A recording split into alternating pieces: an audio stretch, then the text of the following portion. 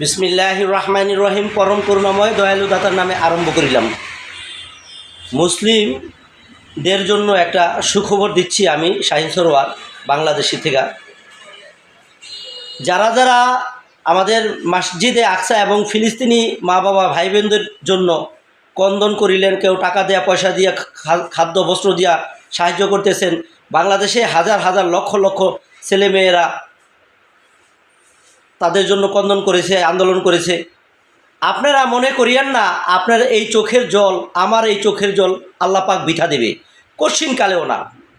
আমরা তো ওখানে যেতে পারছি না, কিন্তু এখানে যে কন্দন করতেছি, আপনি কলম দা লিখে রাখেন। যদি কেউ কখনো আল্লাহ তাআলা শানহুর রহমত বরকত, আল্লাহ নিয়ামত মানে নিজের থেকে কোনো সংকেত না পেয়ে থাকেন, আপনি 40 দিন এই ফিলিস্তিনিদের জন্য যে কন্দন করেছেন, তাহার পরে 40 দিন আপনি একটা আমল করেন, 5 ওয়াক্ত নামাজ পড়েন, আর রজনী 12টার পরে দিয়া 2 রাকাত নফল নামাজ পড়েন। 40 দিনের মধ্যে 100 জন লোকের মধ্যে 50% লোক আল্লাহ জালা শানহুর সংকেত কিছু না কিছু দর্শন পাবেন। 100তে 100%, 100%। কারণ আমি তো চোরের জন্য কন্দন করি নাই, বদমাশের জন্য কন্দন করি নাই, কেঁদেছি আল্লাহর যে মসজিদে আকসা, সেটা হলো আমাদের মুসলমানের প্রথম কেবলা ছিল, সেখানে আমরা হজ করতাম আগে, বা আমাদের পূর্বপুরুষ, সেই জন্য কন্দন করেছেন।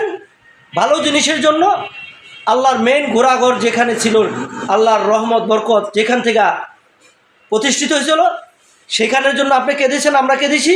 এই চোখের জলকে আল্লাহ বৃথা যেতে দিবে না। সুবহানাল্লাহ, সুবহানাল্লাহ। তো এখন এই আমলটা করে দেখেন, 100% আল্লাহ জাল্লা শানহুর সংকেত পাবেন। আমিন সুম্মা আমিন। আল্লাহ জাল্লা শানহু আপনার হাতে পায়ে ধরি, আমাদের ফিলিস্তিনি মা বাবা ভাই বোনদেরকে আপনি রক্ষা করুন। আমিন সুম্মা আমিন। আসসালামু আলাইকুম।